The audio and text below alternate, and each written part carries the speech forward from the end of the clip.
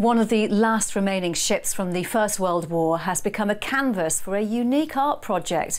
HMS President in London was once a so-called Dazzle ship, meaning it was painted in bold patterns to throw off enemy attack. It's now been repainted by a German artist inspired by the war. Toby Sadler reports. It's history and art. HMS President's new paint job is a tribute to the Dazzle ships of the First World War.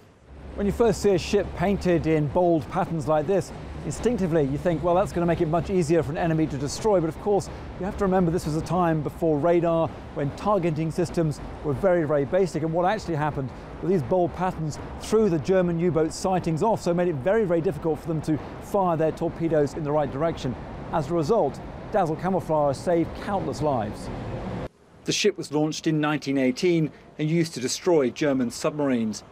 While it's more conference centre than hunter-killer these days, it's hoped the new art on its hull will bring its past to life.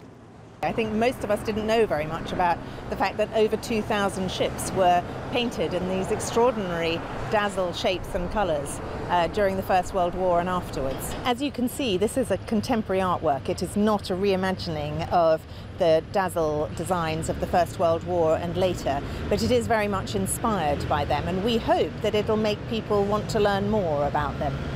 The work was designed by the German artist Tobias Rehberger. He certainly was inspired, but less by 1918 and more by 1968. I was trying to use this idea of kind of the development of the relation between Britain and Germany. For example, you know, it has a bit of a comical looks also, which comes a little bit from, you know, Yellow Submarine, which was a German designer, and the British band, as we know, and things like that. Critics of the project accuse it of being too trivial, of not dealing with the brutal legacy of the war seriously. But organisers are adamant they have the tone right, and that this sheds light on a previously forgotten piece of First World War history. Toby Sadler, Forces News.